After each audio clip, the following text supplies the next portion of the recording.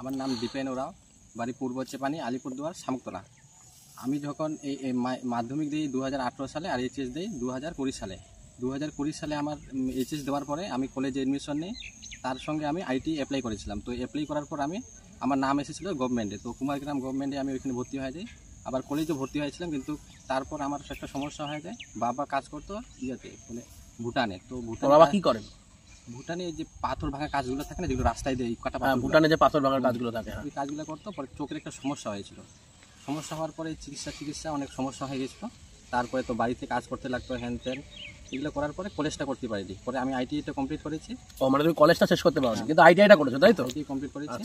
এরপর কয়েকটা বন্ধু যাইতো ভাটিবাড়ি কোচিংয়ে যাইতো, তো ওদের সঙ্গে যোগাযোগ করে আমি কোচিংয়ে গেলাম কয়েকদিন। পরে তো লকডাউন হয়ে গেল, 1-2 মাস পরে আর করতে পারিনি। তারপর এখানে সেখানে অনেকবার মোবাইলেও করলাম, কিছু হয়নি। 2022-এ পুলিশে পাস করলাম, পিলিতে পাস করার পর আবার মাঠ শার্ট ক্লিয়ার করলাম। পরে মেন্সে আমার ক্লিয়ার হয়নি। তারপরে থেকে বাপি স্যারের সঙ্গে আমার মানে ইউটিউবে ভিডিও দেখলাম, তো ভালো লাগলো। তারপর সঙ্গে যোগাযোগ হলো বাপি স্যারের সঙ্গে। এরপরে ওখান থেকে করা শুরু করলাম। করার পরে 6-7 মাস পরে আমি একটা পেড বেচ নিলাম, জেনারেল কম্বাইন। তখন জেনারেল কম্বাইন মানে অনেক পুরনো স্টুডেন্ট, কিন্তু যখন জেনারেল কম্বাইন চলছে, জেনারেল কম্বাইনটা নিলাম। তারপর ওইটা থেকে করতেছিলাম। তারপরে আস্তে আস্তে দেখলাম যে এইচজিসির মধ্যে বইগুলো পাওয়া যাচ্ছে, বইগুলো তাই তো? ওই বইগুলো। তারপরে এইচজি স্যারের যে 4000 ম্যাথ প্লাস বইটা ছিল, একদম 100 একদম সেই বই, ওই বইটার পড়তে শুরু করলাম। তারপরে আমি জিডি ছিল তারপরে 23-এর, ওই জিডিটা আমার ভালো করে তখন কমপ্লিট হয়নি। তো ওই জিডিতে শুধু ফিজিক্যাল পর্যন্ত ডাক পেলাম, এরপরে আর পাইনি। তারপরে ওই বইগুলো, তারপরে এসজি স্যারের ওই এসজিসির যে অনেক বই ছিল, তারপরে হচ্ছে জেনারেল সায়েন্সের অনেকগুলো পিডিএফ টাইপের অনেকগুলো বই ছিল, ওগুলো সব নিয়েছিলাম আমি। নেওয়ার পরে ওই বইগুলো পুরাটা কমপ্লিট করলাম।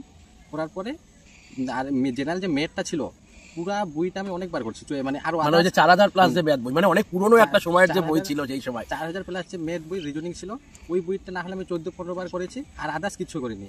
তারপরে শুধু টেক্সট বুক থেকে মক টেস্ট দিতাম।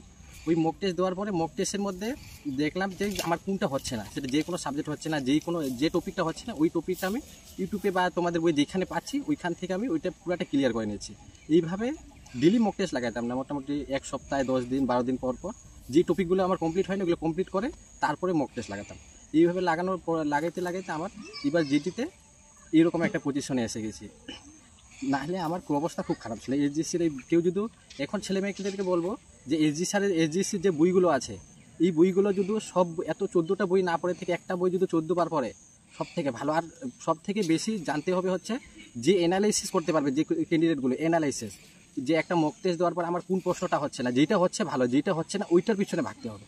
যে আমার এই প্রশ্নটা হচ্ছে, এই প্রশ্নটা কোথা থেকে আসছে, যেই স্টুডেন্টগুলো ওইটা জানতে পারবে, সে তত তাড়াতাড়ি সাকসেস হতে পারবে। একদম। অ্যানালিসিস করতে দেখতে হবে যে আমার এই প্রশ্নটা হচ্ছে না, যেটা ম্যাথ হতে পারে, রিজনিং হতে পারে, সায়েন্সের জিকে, যে কোনো সাবজেক্ট হতে পারে। এইভাবে অ্যানালিসিস করে তারপরে মোটামুটি এইভাবে যদি 3 মাস কেউ করে, ও মোটামুটি ওর যদি নাম্বার 50 থাকে, ওই 100 প্লাস চলে আসবে। ওর নিজের নাম্বারই ছিল 50, সেখান থেকে 119, তাই তো? ওর কিন্তু একটা হিউজ উন্নতি হয়েছে, আমরা দেখেছি, এটা কিন্তু বাস্তব।